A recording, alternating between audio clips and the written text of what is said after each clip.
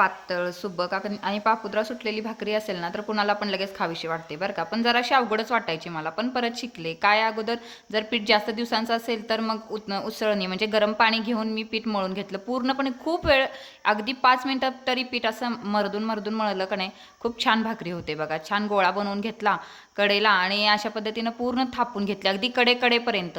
मला 2 हाताची जास्त सवय नाही त्यामुळे एका हातानंच करते. थोडंसं मी तरी प्रयत्न केलाय आणि अगदी पूर्ण मोठी, अगदी पातळ जशी हवी तशी भाकरी होते.